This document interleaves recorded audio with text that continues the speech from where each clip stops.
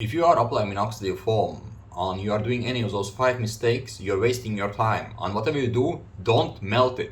And here is why. Let me explain it for you. And I have been applying minoxidil foam myself since 2017, and it has been working very well for me. And in this video, I want to talk about common mistakes that is nothing to do about scalp inflammatory problems or DHT blockers, but it is about minoxidil foam itself. And I'm Alex. I'm on a mission to help men regrow their hair to its full potential, restore their confidence by following proven method that gives long-lasting results.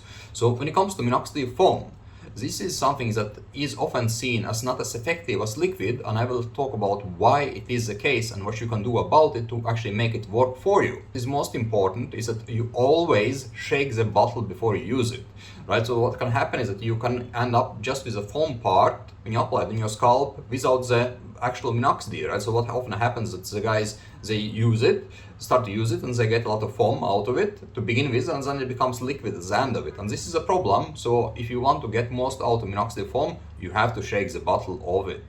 Next one is about applying it directly on the scalp itself, right? So for example, if you are applying it, but you are not aware of where you are actually applying it, you end up in the hair. And what happens is that it will become a styling product, but it's not going to grow your hair back again, right? So always make sure that you apply it on the scalp itself. And one tip I want to share with you guys is that like several years ago, when I first started with my program, with my consultations, is that one of the guys who was in my program back then, he recommended me to use this on here.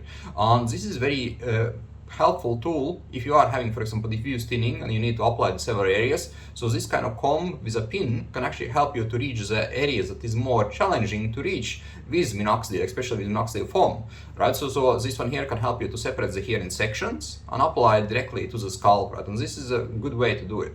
So if you are having a diffuse thinning and you need to apply directly on the scalp, then use this kind of comb and it will help you to do that. And additionally to this kind of comb with a pin, you can also use a pocket mirror. So for example, if you are having a thinning on the crown area and it is challenging to see the problem, what you can do is that you can have a mirror in front of you. Let's say you are in bedroom and you have a mirror in front of you, and then you use a pocket mirror to actually see where you need to apply minoxidil foam, right? And this will make it much easier to actually reach that area and apply it directly there, because again, you don't want to apply it on the scalp because it will just end up as expensive styling product and it's not going to work on your hair situation. You have to reach the scalp, not apply it on the hair itself. Next one is about over-application. And over-application is also very important to understand and avoid, because when you apply minoxidil, first of all, you will end up with a lot of residue on your scalp that will again prevent new minoxidil to actually work, and that will make it less and less effective. This is often as problems they see with the foam, is that guys apply it, they see results to begin with, and then there is no results after a while, and they don't see that it works anymore for them. And the reason for it is that they don't remove residue, they over-apply minoxidil, and that's a problem, right? So first of all, you have to remove residue from minoxidil, but also make sure that you are not over-applying it. And the simple way you can measure minoxidil foam is to use this cap that follows minoxidil, right? And you can basically fill it up, and that will be enough in terms of 1 ml to apply in your scalp, and this is easy way to measure it, right?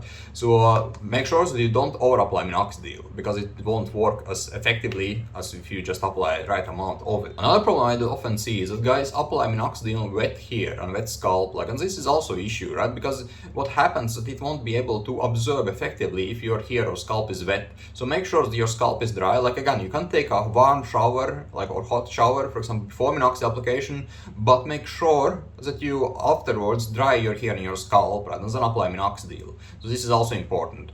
And last one that is very important is about melting minoxidil. So I don't recommend melting minoxidil, and I do see some guys, they use, for example, hair dryer or hot water to melt it. So what happens, minoxidil itself, it is dedicated formulation, so you don't want to melt it, and it even has a temperature grading on it that you need to store it in, and if you melt it, it can potentially affect its effectiveness. So I don't recommend melting it, and if you need to have formulation that is liquid, then you just can get a liquid formulation. There is plenty of options nowadays with liquid formulations of minoxidil.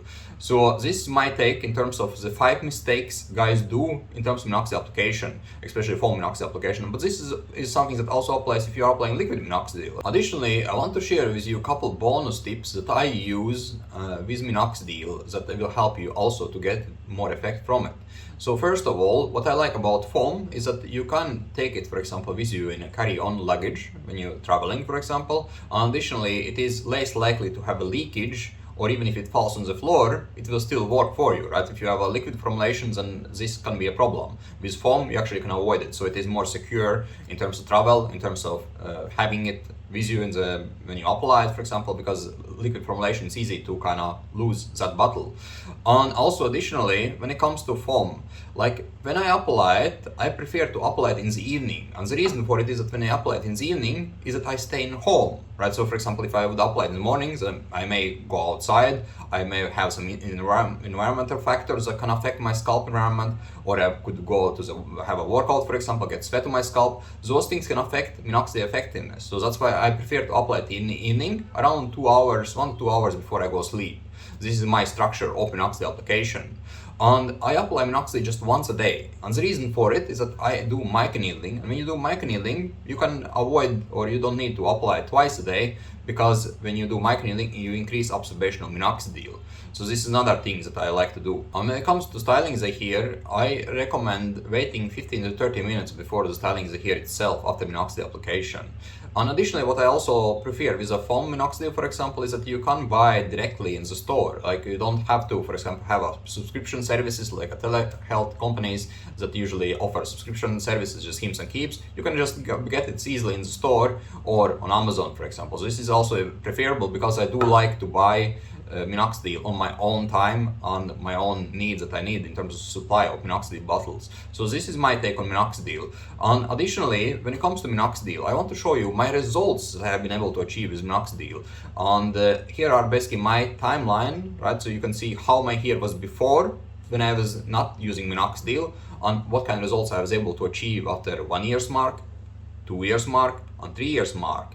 Right, so you can see amazing results that I have been able to achieve with minoxidil, and those pictures are a while back ago, right? And you can still see today I still have a full stock here. So minoxidil does work, it does keep here, and it does keep working long term without losing its effectiveness. So this is my take on minoxidil, and let me know in the comments what is your experience of applying minoxidil. Are you getting results from it? Does it work for you? Have you tried different formulation minoxidil? Let me know and I will get back to you in the comment section. And thanks for watching this video. I appreciate it that you watched the video, that take time to watch it, and see you next one.